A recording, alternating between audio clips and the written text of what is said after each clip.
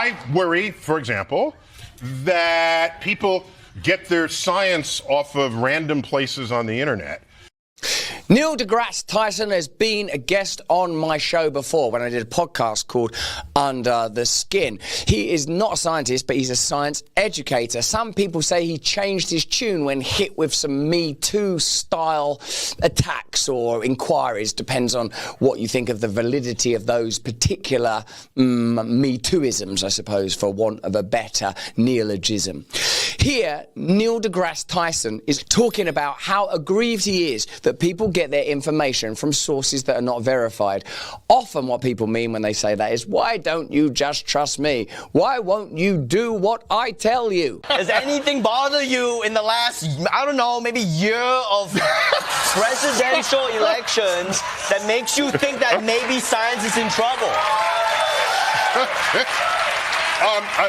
So I worry, for example, that people get their science off of random places on the internet, off of clickbait, rather than looking at what this scientific establishment has discovered for us. Sure. So you get someone on there and say, the whole establishment is wrong and I'm right, click here. Yeah. That's irresistible. Yeah, that's what we do on this show all the time. Yeah. It's irresistible. It's very effective. And I'm thinking, no, science doesn't work that way. It works by you get enough observations and sure. data, and if it comes to agreement, that's the new objective truth. Right. It's not one lone person that says whatever the hell they want. Doctor, Doctor, so far, I agree with you that science is good and the internet is stupid.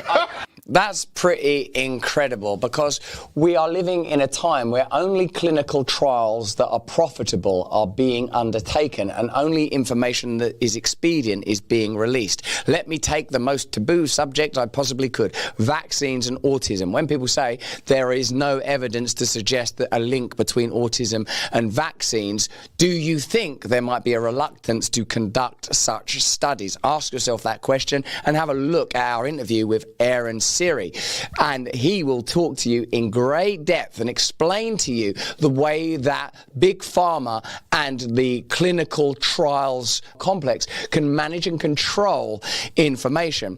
Of course, I'm not making a claim that there is a link between autism and vaccines, but there's exactly as much information to suggest that there is a link as there is to suggest that there isn't, precisely because no one wants to undertake clinical trials that cost Pfizer and Merck money. And when you look at their model of regulation and their methods and means of funding, it becomes clear why that might be. Now, in advocating for censorship, because that's ultimately where that conversation leads there, when people say there's too much misinformation on the internet, they're saying the information on the internet is a problem and someone should have the authority to control it. Well, let me ask you right now, and let me know in the comments and chat, who do you think should have the authority to decide what information you get and what information you don't get? Should it be the New York Times, who are telling you that we should not be reporting on or discussing the fact that Russia, the world's biggest nuclear superpower, are potentially being provoked? What is misinformation when it comes to the pandemic era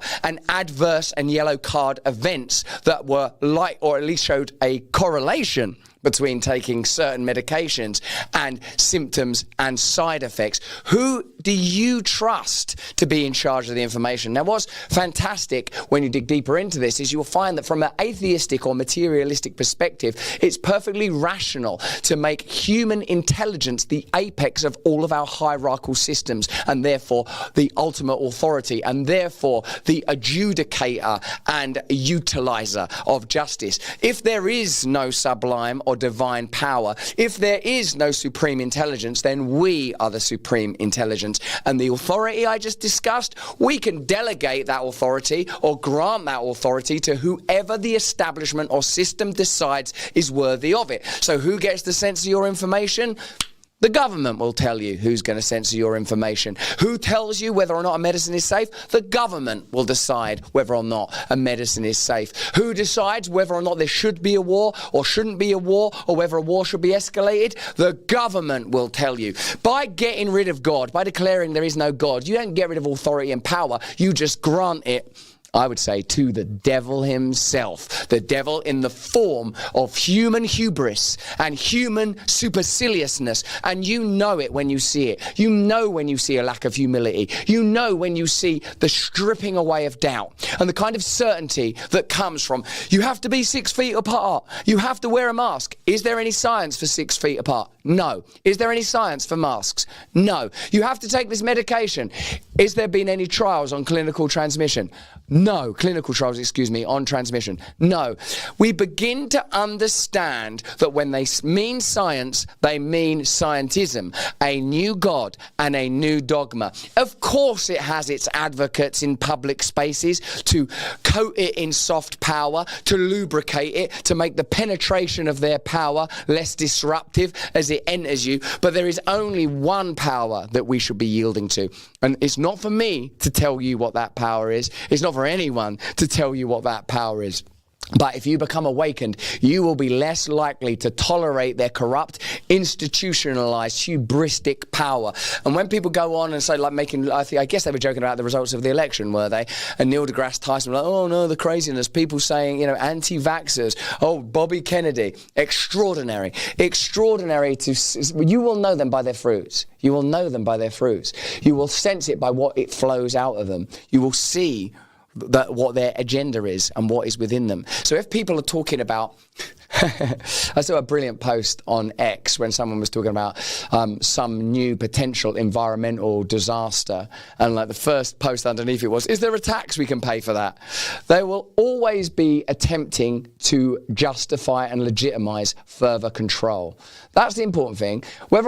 You can debate, discuss, and discern for yourself whether climate change is real and is caused by anthropomorphic or anthropological activity. You can make that decision for yourself. But one thing to look at is, are the measures suggested punitive towards large corporations, nations, and powerful institutions?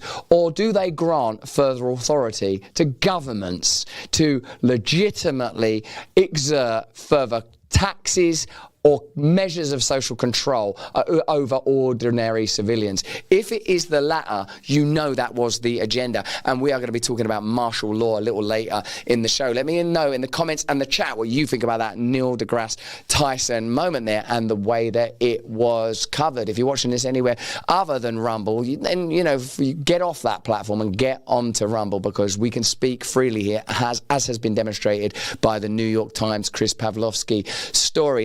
Do you know what Donald Trump's big comeback means for the United States, beyond the obvious radical changes? His return definitely means a shift towards a more crypto-friendly landscape. You'll have seen the way crypto is responding, right? Now is the moment to find ways to dive into crypto on your terms, and guess what? There's a way to do it.